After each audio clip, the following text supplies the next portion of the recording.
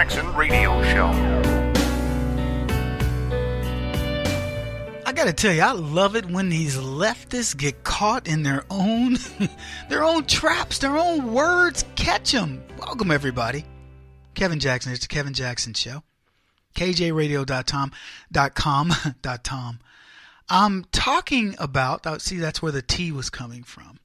I'm talking about Warner, Senator Warner, who, well, let's just play his clip, as he had this to say, and then Jim Jordan commented afterwards, and then we'll get into the story. But Senator Warren, top Democrat on the Senate Intelligence Committee, leading a congressional investigation into President Trump's so-called ties to Russia.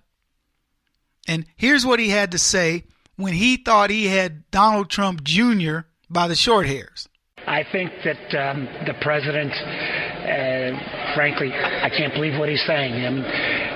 Here was in black and white an email that said, hey, meet with this Russian lawyer acting as an agent of the Russian government, and this is part of the Russian government's effort to help then-candidate Trump and to discredit Clinton. I don't know anybody, Democrat or Republican, that would take that kind of meeting with not only a foreign government, but a foreign adversary, and frankly, a government that we've learned was trying to hack into our whole electoral process, and frankly, fairly successfully was able to interfere. Okay, now that was Warner early on in this so-called investigation, and as we've learned, a complete and utter liar. And everything that he just said is completely bogus. The Russians did nothing to influence our elections. Donald Trump has nothing to do with the Russians. And then we learn that Warner himself, the guy who is saying you should not be taking this kind of a meeting, blah, blah, blah, he is nothing but a lying scoundrel, and text messages snagged him. This is the guy who had extensive contact last year with a lobbyist for a Russian bigwig. They call him an oligarch. That's what everybody's using. They don't want to tell you what that means. It's just a bigwig tied to the government, who was offering Warner access to the former British spy and dossier author Christopher Steele. And we got this from text messages. Here's what Warner texted to this lobbyist. His name is Adam Waldman. On March 22nd of 2017, we have so much to discuss. You need to be careful, but we can help our country. Now, that's not a guy looking for answers. That's a guy looking for an outcome to a narrative that's already been set. Can I get a hallelujah? Of course. And so Waldman texts back, I'm in. His firm has ties to Hillary Clinton. So Warner plotted to bring down Donald Trump with the help of a Russian lobbyist, but this clown had the nerve to slam Donald Trump Jr. for a meeting with the Russians that we now know had zero collusion. There was nothing involving Russian collusion other than Donald Trump Jr. saying, okay, if you got some information that can help us in the campaign against Hillary Clinton, we're willing to listen. 5 minutes into the meeting, he goes, this meeting's a joke, and he excuses himself. And that's it. And for the record, gave over all information, all text, and everything involving the meeting. Anyway, here's what they say about Warner's text exchange. They said throughout the text exchanges, Warner seemed particularly intent on connecting directly with Steele without anyone else on the Senate Intelligence Committee being in the loop. Now, this is well beyond protocol. It says, in one text to the lobbyist, Warner wrote that he would, quote, rather not have a paper trail of his messages. And I could see why Warner would want this. You can't have an investigative committee connecting the dots on the witch hunt against the president because you would be accused of sedition. It's funny, people are now going back to what happened when they plotted against Abraham Lincoln. 4 people were hung, including a woman. Hung for sedition, treason. And what do we do today? We let them run for president. It certainly follows the course of action of the Democrats to hide stuff, doesn't it? Peter Strzok and Lisa Cage were jubilant at figuring out ways to get around that pesky federal records requirement. They discussed how to evade those requirements in private text. And here's what Page says. Have a meeting with Turgal about getting iPhone in a day or so. Strzok says, oh, hot dang. We get around our security monitoring issues? Question mark. Page, no, he's proposing that we just stop following them. Apparently, the requirement to capture text came from the Office of Management and Budget, but we're the only org, I'm told, who is following that rule. His point is, if no one else is doing it, why should we? I'm told, thought I'd seen that there was an IG report that says everyone is failing, but one has changed everything, so why not just join in the failure? They're rationalizing not keeping these texts the way they're supposed to, according to federal record standards. And they're saying this, why is it nobody's doing it in Obama's government? Why do we care? Unbelievable, folks, what these people are willing to do and what they will get away with if you let them.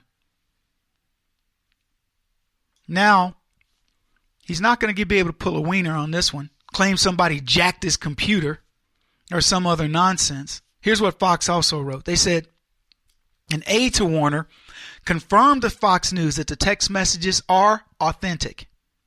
The messages, which were obtained from a Republican source, are all marked confidential and are not classified. They were turned over to the Senate panel by Waldman last September. Now let me tell you what I love about this. I've said it before. I'm going to say it until it's all said and done. I'm going to say it until Carl calls me and says, Kevin, you are a god, my friend. Carl is the guy who said that nobody's going to go to prison over this. Let me tell you what I like about this. The Republicans have finally gotten smart enough to not just expose their hands. They're letting it drip out. Drip, drip, drip, drip. And every time there's a drip, the Democrats respond, we didn't do it. It's not like what you think. Drip. Well, I mean, we're kind of like what we just said. Drip, drip. I mean, well, I know that looks bad, but drip, drip, drip. Okay. So, well, what does it mean anyway? Drip. You're a racist. Because that's what they do. Republicans have learned how to fight. They release this information in bite-sized chunks. And let me tell you what that does.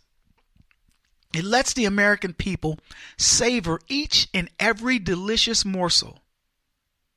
An investigation that was supposed to be pointed at Donald Trump Jr., Paul Manafort, Jared Kushner, Carter Page, and many other Republicans inside of the Trump satellite or sphere, if you want to call it, his universe, clearly has set its sights on nothing but Democrats. I haven't heard. Flynn is suing right now saying, I'm done. I'm getting my life back. Woo-hoo-hoo-hoo. Happy days are here again. Manafort, don't care, but I barely heard his name the other day. For some reason, they're trying to bring that up. Believe it or not, there's a new name that's being mentioned by the left. It's laughable. I'm not going to get into it now because it's worth its own segment. But they have shifted gears so many times, they stripped them. And get this, more drips are coming. As soon as they build their defense and go, well, this is the reason, oops. Waldman is best known for signing a $40,000 monthly retainer in 2009 and 2010 to lobby for the U.S. government on behalf of a billionaire Russian. His name is Oleg Deripaska, and his visa had been revoked. I was going to say denied, but I was thinking, that's what I was thinking. Anyway, it had been revoked by the State Department in 2006 because supposedly they thought he had ties to organized crime, and I'm sure he does. So Warner colludes with a lobbyist of a Russian crime boss, and the Russian was considered so nefarious by the administration, the Bush administration, that they had revoked his visa. And this is who Democrats decide they're going to make their partner in crime over all of this. So and I go back to the original thing. Warner, the senator, who accused Donald Trump Jr. of taking a meeting with the Russians, which is what any presidential candidacy would have done, by the way.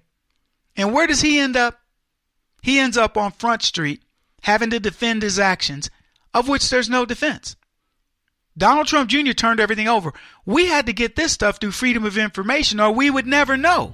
And for the record, if it weren't for the fact that Donald Trump were president, we wouldn't know any of the things that we're discussing right now. I love how this stuff turns out. This is better than any soap opera. Kevin Jackson on the Black Sphere Radio Network. Do you owe back taxes to the IRS or state? The secret to avoiding the IRS nightmare is to seek professional representation.